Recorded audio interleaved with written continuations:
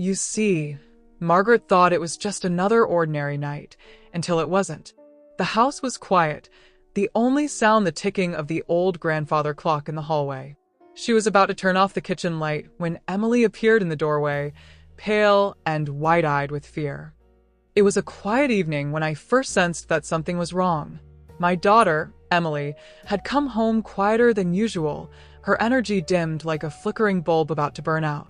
I watched her across the dinner table, pushing peas around her plate, her eyes darting to her phone like it was whispering secrets she couldn't ignore. "Everything okay, sweetie?" I asked, keeping my tone light. "Yeah, Mom. Just tired," she replied, flashing a smile that didn't reach her eyes. But I knew better. That tightness in her voice, the way her fingers gripped her fork a little too hard. Something was off. Later that night, as I brushed my teeth, I heard her whispering behind her bedroom door, her voice low and urgent. I swear it was creepy. I felt someone watching me. And that message, what does it even mean? My heart thudded. Who is she talking to? What message? I knocked and stepped inside, catching her off guard. Mom. "You scared me," she yelped, fumbling to end the call. "Just checking in." "Who was that?" "A friend," she mumbled, avoiding my gaze. I sat on her bed, softening my voice. "Emily, if something's bothering you, you can tell me." She hesitated, then let out a sigh. "It's this TikTok challenge I'm doing, the hidden path. It's supposed to be fun, but it's getting weird." "Weird how?" I pressed, unfamiliar with TikTok beyond the vague notion of kids dancing online. "It's a scavenger hunt. You follow video clues to find treasures around the city. But last time, at this creepy old playground, I felt like someone was there, watching. And the treasure? An old key with a note that said, 'You're getting closer.' It freaked me out. A chill crawled up my spine. Maybe you should stop." "No way, Mom," she shot back. "It's just a game. Probably someone making it spooky for fun. Besides, the final prize might be huge, a trip, a scholarship. I'm not quitting." I wanted to argue, but her stubborn streak was as familiar as my own reflection. "Just be careful, okay? Tell me if anything else happens." "I will," she promised. But as I left her room, a knot tightened in my gut. Something about this hidden path felt wrong, dangerously wrong. And I was right. The next day, I called my friend Susan, who knew more about the digital world than I ever would. "Susan, I need help," I said. "Emily's hooked on some TikTok challenge, and I'm worried." She chuckled. "You tackling TikTok? This I gotta see. What's the challenge?" "It's called the hidden path. Emily says it's a treasure hunt, but it's creeping her out." "Let me look," she said. I heard her tapping away. "Okay, it's a series of videos from at the Pathfinder. Each one has a clue to a location where you find a token and the next hint. Sounds fun." "Fun?" She felt watched at the last spot. The note was eerie. "Probably a gimmick to hook people," Susan said. "Relax, Emily's fine." "I'm not so sure. Can you show me how to use TikTok? Come over later. I'll make you a social media star yet."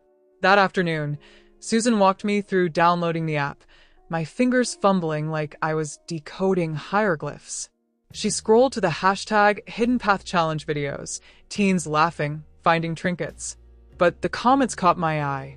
"Look here," I said, pointing. "Be careful. I think I was followed. And this." The last spot was creepy. I heard noises. Susan waved it off. "Online drama queens. It's nothing." But I wasn't buying it. "I'm going to check one of these places myself." "You're serious?" She laughed. "Don't get hooked on TikTok fame. Trust me, that's not the plan," I said, forcing a smile. That evening, I drove to the old playground Emily had mentioned. The sun dipped low, painting the rusty swings and broken slide in shades of shadow. It was empty, silent except for the creak of metal in the breeze. I found the picnic table she described and crouched down. No box, but fresh scratches marred the wood. Something had been there recently. A crunch of gravel made me freeze. Footsteps? I spun around. "Hello? Anyone there?" Silence. My pulse quickened as I headed back to my car. Then through the trees, I saw it, a figure, still as stone, watching me. I bolted, keys jangling, and peeled out of there. When I glanced back, it was gone. Was I imagining things? Or was someone really there? At home, I dug into research. That playground? A child vanished there 5 years ago. Case unsolved. I checked the other challenge locations. An abandoned house tied to a grisly murder, a bridge with a history of jumpers. Every spot reeked of tragedy. This wasn't random. Whoever made this challenge picked these places on purpose. But why? The next morning, Emily burst into the kitchen, waving her phone. Mom, I made it to the final round of the hidden path. The clue drops tonight at 8. They say it's a car. A car? I frowned. Sounds like a scam. No, look, others won stuff. She showed me clips of kids with gift cards, gadgets. Those could be fakes. And after you felt watched. You're overreacting, she groaned. It's a game. Emily, I went to that playground. I think I was followed too. And that spot? A kid disappeared there years ago. Her face paled. For real? Yes. All the locations have dark pasts. This isn't safe. Please don't go. She bit her lip, then nodded. Okay, Mom. I won't. I hugged her tight. Thank you. I'll figure this out. But that night, I overheard her whispering on the phone. I can't let her stop me. I'll sneak out if I have to. My stomach dropped. She was still going. I had to act. With Susan's help, I recorded a TikTok video, spilling my fears about the challenge and begging kids to stay safe. I posted it with the hashtag, and it took off. Views, likes, comments rolling in. Some thanked me. Others mocked me. Then, at the Pathfinder, commented, "Interesting perspective. Join the final challenge and see for yourself." A chill hit me. Threat? Taunt? I typed back. Who are you? What's this about? No reply. If you're loving this tale and want more thrills, please subscribe to our channel. We're growing fast, and your support means everything. I couldn't wait for their next move. My research pointed to an old cabin in the woods, a rumored hideout from those unsolved crimes. If that was the final spot, I'd beat them there. Tomorrow I'd go. Whatever this hidden path hid, I'd uncover it before it took Emily from me. The next morning, I tried to keep things calm, but my nerves were frayed. Emily sat at the kitchen table, scrolling through her phone, her cereal growing soggy. I poured myself a coffee, watching her closely. She hadn't brought up the challenge since last night, but her silence didn't fool me. Emily, I said, sliding into the chair across from her, I need you to promise me, really promise, that you won't go to that final challenge. She looked up, her face unreadable. I already told you, Mom. I'm not going. Her tone was firm, but her eyes darted to her phone as a notification flashed. I gripped my mug, the heat searing my palms. She's lying. Sweetie, I know you want to win, but this isn't worth it. The places they're sending you, there's something wrong with them. That playground where the child vanished, the abandoned house tied to a murder, the bridge with all those jumpers, it's not safe. Emily's spoon clattered against her bowl. Wait, all of them? You're serious? Yes. Every location has a dark past. It's not random. Whoever's running this picked these spots for a reason, and it's not good. She chewed her lip, her bravado faltering. Maybe it's just to make it spooky, you know? Like a haunted scavenger hunt. Spooky? I shook my head. Emily, you felt someone watching you. I felt it too when I went to that playground. That's not part of the game. That's a red flag. She stared at her cereal, swirling it aimlessly. I really wanted to win, Mom. A car, it would have been amazing. I know, I said, softening as I reached for her hand. But we'll figure it out another way. I'll help you save up for one. We'll do it together, safely. Emily sighed, her shoulders slumping. Okay, maybe you're right. I won't go. Relief flooded me as I pulled her into a hug. Thank you. I just want you safe. But that night, sleep wouldn't come. Emily's promise echoed in my head, but doubt gnawed at me. She was too much like me, stubborn to a fault. Around midnight, I gave up and crept down the hall to check on her. Her bed was empty, the window cracked open, curtains fluttering in the breeze. My heart sank. She was gone. I snatched my phone and called Susan, my hands trembling. Susan, Emily sneaked out. She's headed to the final challenge. I need your help. Susan groaned, groggy. Now? It's the middle of the night. Yes, now. I think I know where she's going. An old cabin in the woods, linked to those unsolved cases. I have to stop her. All right. Meet me at the forest edge. But you owe me a spa day for this. Deal, I said, already yanking on my shoes. We met under a ghostly moon, the forest stretching out like a wall of shadows.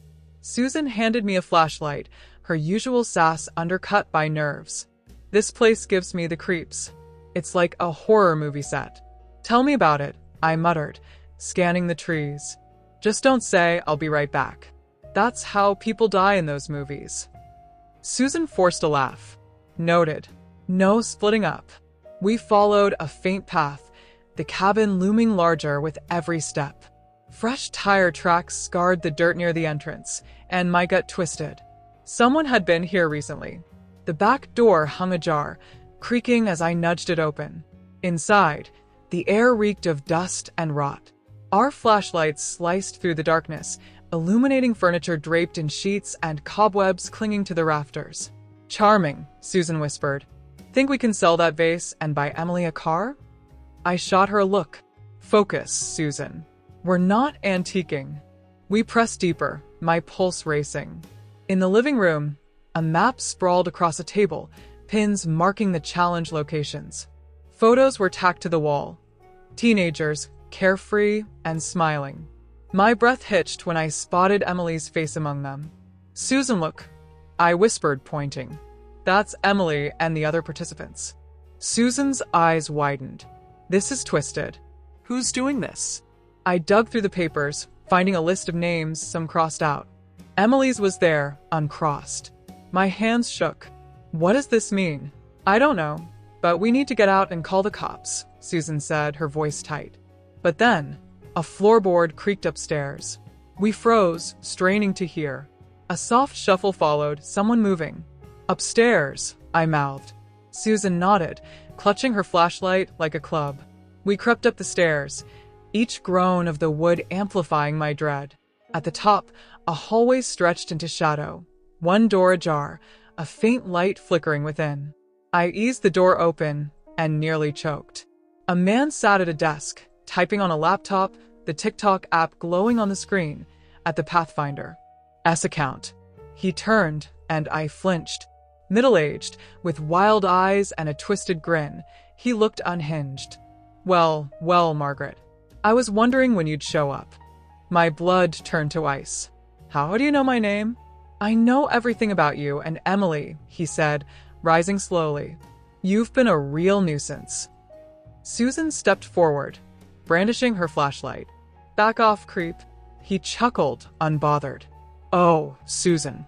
Always the loyal sidekick. But you're in over your head. What do you want with my daughter?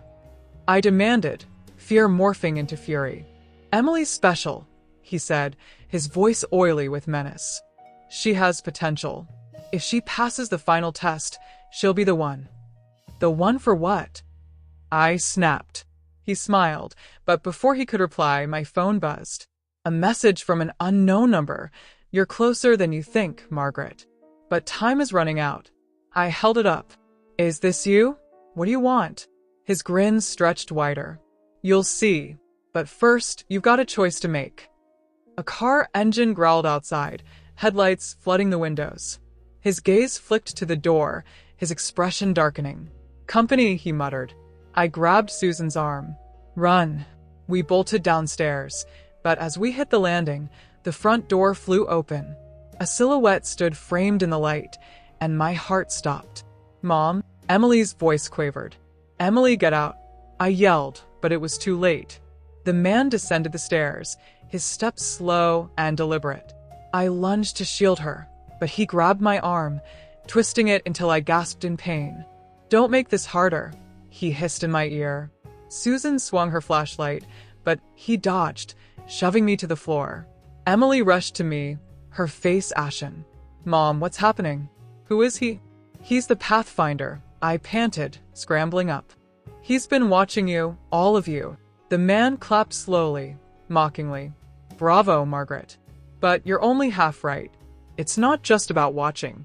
It's about choosing. Choosing what? Emily asked, trembling. The worthy ones, he said, stepping closer. The hidden path isn't a game. It's a recruitment. Only the strongest survive. And Emily, she's perfect. My stomach lurched. You're insane. Leave her alone. He pulled a small device from his pocket and pressed it.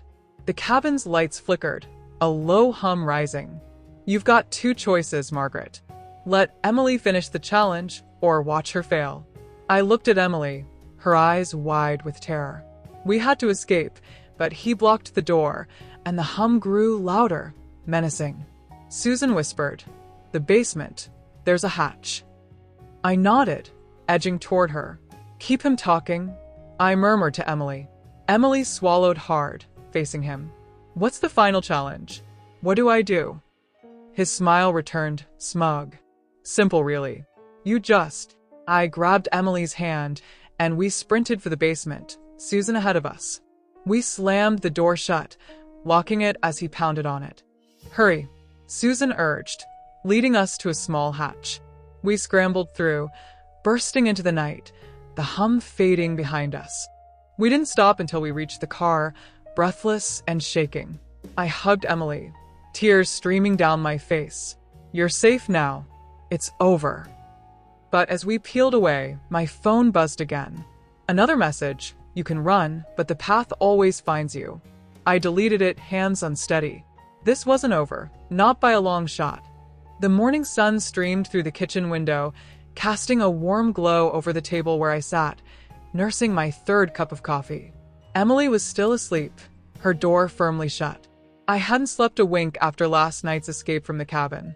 Every time I closed my eyes, I saw the Pathfinder's twisted grin, heard his chilling words. "The path always finds you." I rubbed my temples, trying to shake the dread that clung to me like a second skin. Susan had crashed on the couch, her snoring a comforting reminder that I wasn't alone. But even with her here, I felt exposed, like we were being watched. My phone buzzed, making me jump. Another message from an unknown number. "You can't protect her forever." I slammed the phone down, my hands shaking. This had to stop. I needed answers, now. "Morning," Susan yawned, shuffling into the kitchen. "You look like death warmed over." "Thanks," I muttered. "I feel it." She poured herself a coffee, eyeing me over the rim of her mug. "So, what's the plan? We can't just sit here waiting for that creep to make his next move." "I know," I said, pulling out the map I'd swiped from the cabin. "Look at this.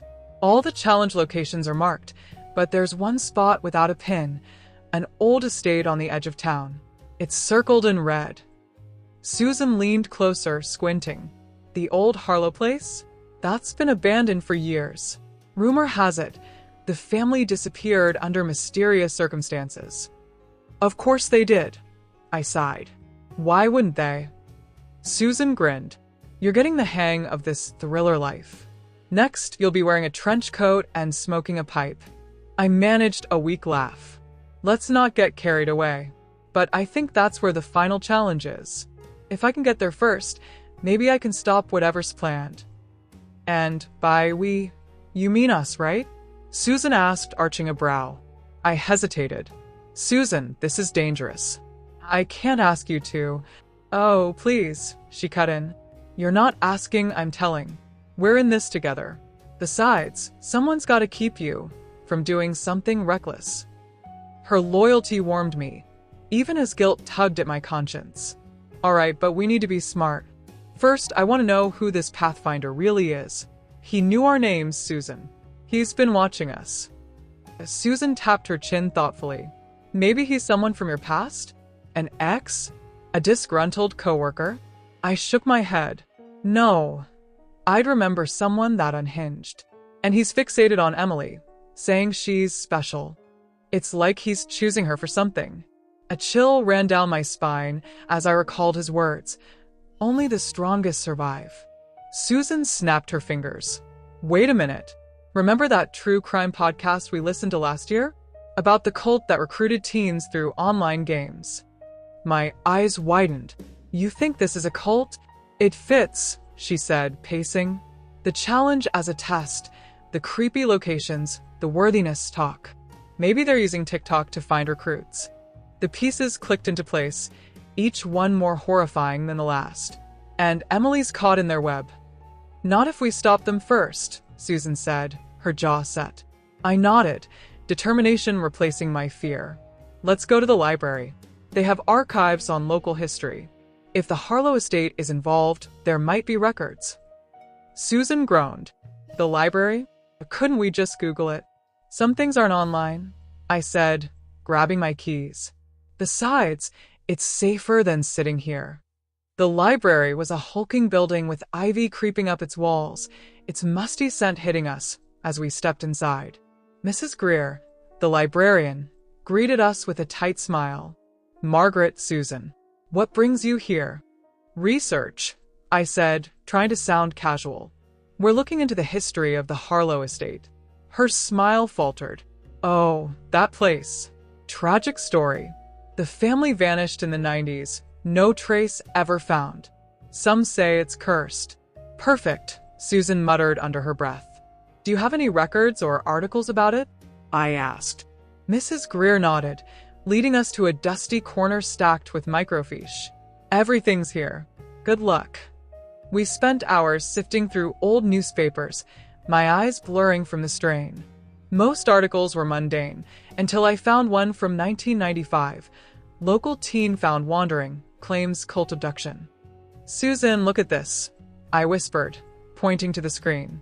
The article described a girl who'd escaped a group calling themselves The Path, who lured teens with promises of adventure and belonging, only to brainwash them into servitude. Susan's face paled. It's them.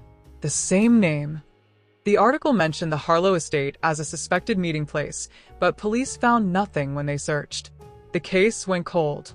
This was 30 years ago, I said, my voice shaky. They've been doing this for decades. And now they're using TikTok to reach more kids, Susan added. It's genius, in a sick way. I dug deeper, finding a photo of the cult's alleged leader, a man named Victor Harlow, the patriarch of the missing family. My blood ran cold. He looked just like the Pathfinder, only younger. It's him, I breathed. He's still running it. Susan squinted at the photo. Wait, that can't be. He'd be, what, 70 now? The guy we saw was middle-aged. Maybe it's his son, I suggested. Or a disciple. Either way, they're carrying on the family business. A shadow fell over us, and I jumped. Mrs. Greer stood there, her expression stern. You two are making quite a racket? Find what you need. Yes, thank you, I said, quickly shutting off the machine. As we left, I couldn't shake the feeling that we were being watched. Outside, the sun had dipped low, casting long shadows across the street. We need to go to the Harlow estate, I said, my resolve hardening. Tonight, before the final challenge. Susan gripped my arm. Are you sure? Maybe we should call the police. And tell them what? That a TikTok challenge is a front for a cult? They'll laugh us off. We need proof. She sighed. You're right, but we're bringing backup. I'm calling my cousin. He's a security guard, built like a tank. Relief washed over me. Good idea. We'll need all the help we can get. That evening, we gathered at Susan's house. Me, Susan, her cousin Mike, and, to my surprise, Emily. Emily, you're staying home? I insisted, but she crossed her arms, defiant. No way, Mom. This is about me. I want to help. I opened my mouth to argue, but Susan cut in. She's right, Margaret. She's part of this. Besides, she's safer with us than alone. I relented, though my stomach churned. Fine, but you stay close. We piled into Mike's SUV, the tension thick, as we drove to the estate. The Harlow mansion loomed ahead, its windows dark, ivy choking its walls. We parked a distance away, approaching on foot. Mike led the way, his flashlight cutting through the gloom. Place gives me the creeps, he muttered. You and me both, Susan whispered. We slipped through a broken gate, the garden overgrown and wild. As we neared the front door, I spotted fresh footprints in the mud. Multiple sets. "They've been here recently," I said, my voice low. Inside, the air was stale, the silence oppressive. We moved room to room, finding nothing but dust and decay until we reached the basement door. A faint glow seeped from beneath it, and muffled voices echoed. My heart raced as I motioned for everyone to stay quiet. We descended the stairs, the voices growing clearer. "Tonight's the night. The final test. Only the worthy will join us." It was him, the Pathfinder. We peered around the corner. A group of cloaked figures stood in a circle, candles flickering around them. In the center, a young boy knelt, blindfolded, trembling. My breath caught. It was Tommy, the neighbor's kid. He'd been missing for days. Emily gasped softly beside me, and I clamped a hand over her mouth, pulling her back. "We have to save him," I whispered. Mike nodded, his jaw set. "I'll distract them. You get the kid." Before I could protest, he stepped into the light, bellowing, "Hey, what's going on here?" The figures turned, startled. "Who are you?" the Pathfinder snarled. "Your worst nightmare," Mike quipped, cracking his knuckles. As chaos erupted, I darted forward, grabbing Tommy and ripping off his blindfold. "Run," I hissed. We bolted up the stairs, Susan and Emily ahead of us.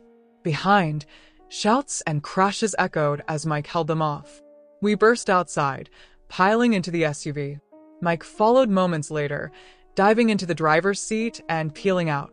"They're coming," Susan yelled, spotting cloaked figures spilling from the mansion. But we were already gone, tires screeching as we sped away. Back home, we huddled in the living room, breathless and shaken.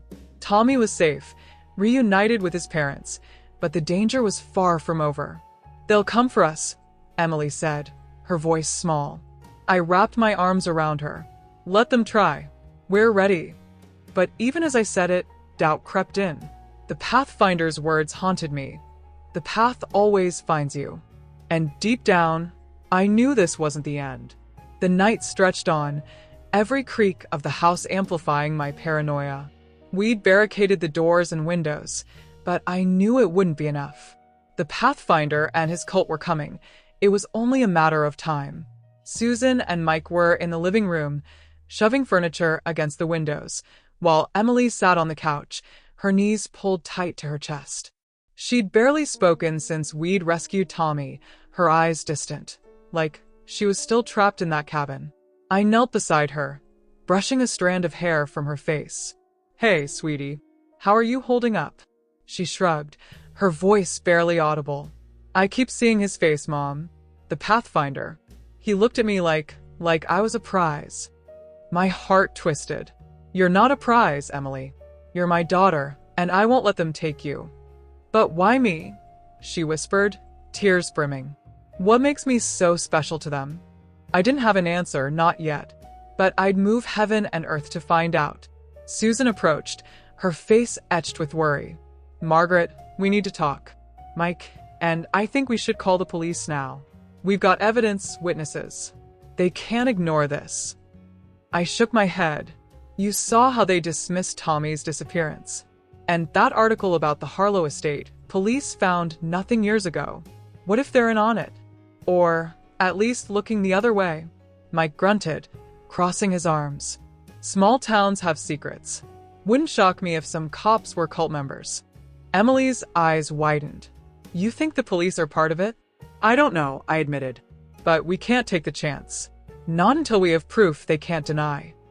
Susan sighed, raking a hand through her hair. "So, what's the plan? Sit here like targets?" "No," I said, pulling the map from the cabin out of my bag. "We fight back. There's one spot on this map that wasn't part of the TikTok challenge, an old chapel near the Harlow estate. It's marked with a star. I think that's their base." Mike leaned over, tracing the map with his finger. "Makes sense. Cults love their creepy ritual spots. Probably where they induct people." Emily shivered. "You think that's where they were taking Tommy? And where they'll take you if we don't stop them?" I said, keeping my voice steady despite the fear clawing at me. Susan cracked her knuckles. All right, let's hit their chapel. But we need a plan. We can't just storm in blind. Agreed, I said. First, we scout it out, see how many there are, find a weak point. Mike nodded. I can handle that. I've done recon before. And I'll dig into the cult's history, Susan added. Maybe there's something we can use against them. I turned to Emily. And you're staying here with Susan's cousin Lisa. She's coming to watch the house. Emily opened her mouth to argue, but I cut her off. No debating this. You're their target. I need you safe. She huffed but nodded. Fine. But promise you'll be careful, Mom. I kissed her forehead. I promise. An hour later, Mike and I crouched in the bushes near the chapel, the moonlight casting jagged shadows over its crumbling stone walls. Through the stained glass windows, I saw flickering candlelight and cloaked figures moving inside. Looks like a full house, Mike whispered. At least a dozen. I strained to spot the Pathfinder. Can you see their leader? He shook his head. Not yet. But they're gearing up for something. See those symbols on the floor? That's a ritual circle. My stomach lurched. We need to get closer. Maybe we can hear them. We crept to the side, finding a cracked window. Chanting drifted out, low and guttural, in a language I didn't know. Then, a voice I'd never forget sliced through, the Pathfinder. Tonight, we complete the cycle. The Chosen One will join us, and our power will be unmatched. A ripple of agreement followed. Then, a shakier voice. But what if she resists? The mother's a problem. The Pathfinder laughed, a sound like ice cracking. Margaret's clever, but she's no match for us. She doesn't even know the truth. My blood froze. What truth? The shaky voice pressed on. You mean about Emily's lineage? Exactly, the Pathfinder said. She has no idea Emily is a Harlow by blood, the last descendant. Once she takes her place, the prophecy will be fulfilled. I stumbled back, hand over my mouth to choke a gasp. Emily a Harlow? That was impossible. I was her mother. Her father was a fleeting romance from years ago, a guy who'd vanished after a summer fling. Unless, memories hit me hard. His piercing eyes, his charm, his refusal to give me his full name. Could he have been a Harlow? Mike yanked me away from the window. We've got to move. Now. We raced to the car, my mind a whirlwind. Mike, did you hear that? They said Emily's a Harlow. Part of their prophecy. His face was stone. Yeah, I heard. That's bad news. Bad. I snapped. It's madness. Emily's not theirs. She's mine. I know, he said, starting the engine. But if they believe it, they won't stop. I balled my fists, fury overtaking my shock. Then we'll make them. Back home, Susan met us at the door, her eyes wild. Margaret, you need to see this. She led me to the kitchen table, where old papers and photos were scattered. I dug into your family history. Remember how you never knew much about Emily's dad? I nodded, dread sinking in. Look at this. She handed me a faded photo of a young man in front of the Harlow estate. He had Emily's eyes, her smile. My hands shook as I flipped it over. In neat script, Victor Harlow Jr., 1990. No, I breathed. It can't be. Susan's hand rested on my shoulder. I'm sorry, Margaret. It looks like Emily's father was Victor Harlow's son. Emily's a direct descendant. I collapsed into a chair, the truth suffocating me. So, the cult thinks she's the key to their prophecy because of her blood? Seems that way, Susan said quietly. They've been waiting for her. Emily shuffled in, rubbing sleep from her eyes. Mom, what's going on? I stared at her, my heart shattering. How could I tell her her father tied her to this horror? Before I could find words, the lights flickered, and a low hum vibrated through the house, the same hum from the cabin. Susan's gaze snapped to the window. They're here. Glass exploded inward as cloaked figures crashed through, hoods hiding their faces. Mike roared, tackling one, but more flooded in. Emily, run! I yelled, grabbing her hand. We bolted upstairs, slamming my bedroom door and shoving a dresser against it. I heard Susan shouting, Mike fighting, but the cultists kept coming. Emily clung to me, sobbing. Mom, what do we do? I scanned the room. The window, our only shot. But as I reached for it, the door splintered and the Pathfinder stepped in, his eyes glinting with victory. Margaret, always so stubborn, he said, voice dripping with mock pity. But it's over. He lunged, but I shoved Emily behind me, swinging a lamp at his head. He sidestepped, laughing. You can't win. Emily belongs with us. Over my dead body, I snarled. He smiled, calm and terrifying. That can be arranged. Then, a figure burst through the doorway. Lisa, Susan's cousin, gripping a baseball bat. She swung, nailing the Pathfinder in the ribs. He crumpled, wheezing. Go! Lisa shouted. I'll hold them. I didn't wait. I grabbed Emily, and we climbed out the window, sliding down the roof and hitting the grass hard. We sprinted to the car, but as I fumbled with the keys, a hand clamped over my mouth.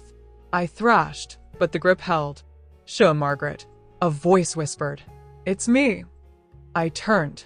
Detective Harris, the cop from Tommy's case. Relief hit me, but it faded fast. Come with me, he said, urgent. They've got the house surrounded. He ushered us to his unmarked car down the street. We piled in, panting. How did you know? I asked. Susan called, he said, starting the engine. Told me everything. I didn't believe it at first, but after tonight, I'm sorry I didn't listen. Emily leaned forward. Where are we going? A safe house outside town, he said. We'll regroup, plan our next move. But doubt not at me. Susan had warned me about the police. What if Harris was one of them? I studied him, jaw tight, eyes on the road. Could I trust him? My phone buzzed. A text from Susan. Don't trust Harris. He's one of them. Ice flooded my veins. I glanced at Emily, her face pale and trusting, then back at Harris. We were trapped. The car hummed along the dark road, the headlights cutting through the night. Detective Harris's grip on the wheel was steady, his face unreadable. Emily sat beside me in the back seat, her hand clutching mine, her trust in him palpable. But my pulse raced, Susan's warning echoing in my mind. Don't trust Harris. He's one of them. I had to act fast. But how? If I confronted him now, he'd overpower me, and Emily would be caught in the crossfire. I needed a plan. Discreetly, I slid my phone from my pocket, keeping it hidden in my lap. With trembling fingers, I typed a message to Susan. Harris is with a cult. Taking us somewhere. Track my phone. I hit send, praying she'd see it in time. Harris's eyes flicked to the rearview mirror, locking onto mine. You're quiet back there, Margaret. Something on your mind? I forced a smile. Just worried about Emily. She's been through a lot. He nodded, his gaze lingering a second too long. She's a strong girl. She'll be fine. The way he said it sent chills down my spine. I squeezed Emily's hand, willing her to stay calm. We turned onto a dirt road, the car jostling over uneven ground. Through the trees, I spotted a faint glow, the Harlow estate. My worst fear confirmed. He was taking us straight to them. Detective, I said, keeping my voice steady, where exactly is this safe house? Close, he replied, his tone clipped. Just up ahead. I glanced at Emily, her eyes wide with confusion. She hadn't caught on yet. Good. I needed her to stay calm. As we pulled up to the estate's wrought iron gates, they creaked open, revealing the mansion's looming silhouette. Harris parked, turning to us with a smile that didn't reach his eyes. End of the line, he said, stepping out. I leaned to Emily, whispering, When I say run, you run. Don't look back. Her breath hitched, but she nodded. Harris opened my door, gesturing for us to exit. I stepped out slowly, Emily close behind. The air was thick with tension, the night unnaturally still. Then, from the shadows, cloaked figures emerged, encircling us. The Pathfinder stood at the forefront, his grin triumphant. Welcome back, Margaret, he said, his voice dripping with malice. And Emily, our guest of honor. Emily pressed against me, trembling. Mom, what's happening? I glared at Harris. You're one of them. How could you? He shrugged, his face a mask of indifference. It's bigger than you know. The prophecy must be fulfilled. Prophecy. I spat. It's a delusion. You're all insane. The Pathfinder chuckled. Insanity is a matter of perspective. Soon you'll understand. He nodded to the cultists who seized us, dragging us toward the mansion. I struggled, but their grips were iron.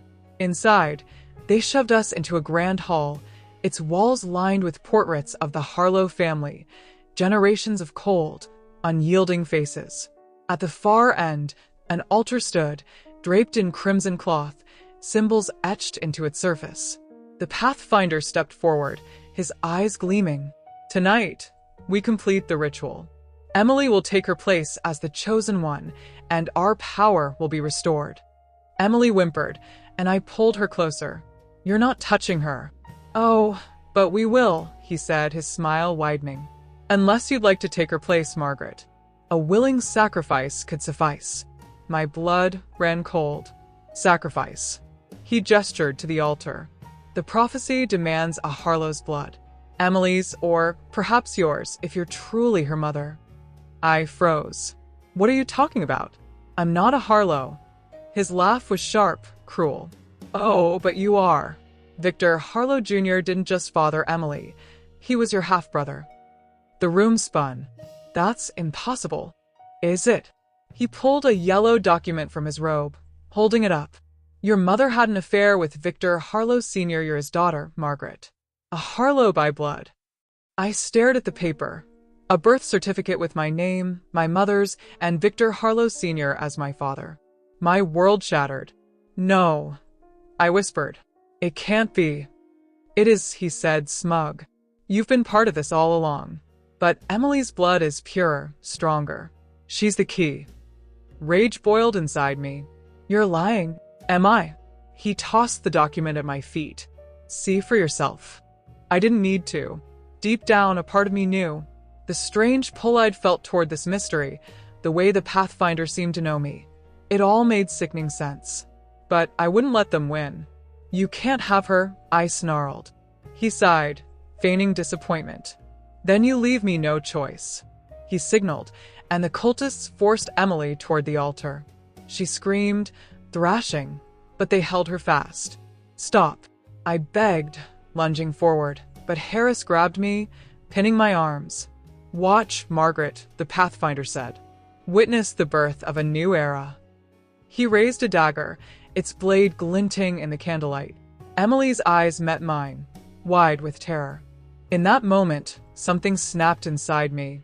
I elbowed Harris hard, breaking free, and charged the altar. But before I could reach her, a deafening bang echoed through the hall. The doors burst open, and Susan stormed in, flanked by police officers, their guns drawn. Freeze, one shouted. Hands in the air. The cultists hesitated, confusion rippling through their ranks. The Pathfinder's face twisted with fury. Susan spotted me, relief flooding her features. Margaret. Emily. I didn't waste a second. I tackled the cultist holding Emily, wrenching her free. We stumbled back, Susan rushing to our side. The Pathfinder sneered, raising the dagger. This isn't over. But as he lunged, Mike appeared from the shadows, slamming into him like a freight train. The dagger clattered to the floor, and Mike pinned him down. It's over, creep, Mike growled. The police swarmed, cuffing the cultists. Harris tried to slip away, but an officer grabbed him, snapping on handcuffs. Susan hugged me tight. Thank God you're okay. I got your text and called every favor I had. I clung to her, tears streaming. You saved us. She winked. What are friends for? Emily threw her arms around me, sobbing. Mom, I was so scared. I know, baby, I whispered, stroking her hair. But it's over now. You're safe. As the police led the cultists away, the Pathfinder locked eyes with me, his gaze burning with hatred. The path always finds its way, Margaret. This isn't the end. I stood tall, unflinching. Maybe not, but you won't be walking it anymore. They dragged him out, his threats echoing hollowly. In the days that followed, the truth unraveled. The cult's reach was deep, but with the evidence we'd gathered, my recordings, the documents, and Tommy's testimony, the authorities couldn't ignore it. Arrests were made, the TikTok challenge shut down, and the Harlow estate seized. Emily and I spent those days healing, talking through the trauma, and finding solace in each other. One quiet evening, as we sat on the porch watching the sunset, she turned to me. Mom, did you know? About being a Harlow? I sighed, the weight of it still heavy. No, sweetie, I had no idea. But it doesn't change anything. You're my daughter, and that's all that matters. She leaned her head on my shoulder. I'm glad you're my mom. No one else would have fought like you did. I smiled, kissing her forehead. I'll always fight for you, Emily. Always. Susan joined us, plopping down with a groan. Well, that was one heck of an adventure. Think I'll stick to knitting from now on. I laughed, the sound light and free. You? Knitting? That'll be the day. Hey, I could be crafty, she protested, grinning. Emily giggled, the first real laugh I'd heard from her in weeks. It was a start, a promise of better days. As the sun dipped below the horizon, I felt a sense of peace settle over me. The path had been dark and twisted, but we'd found our way through. Together. And whatever came next, we'd face it as a family.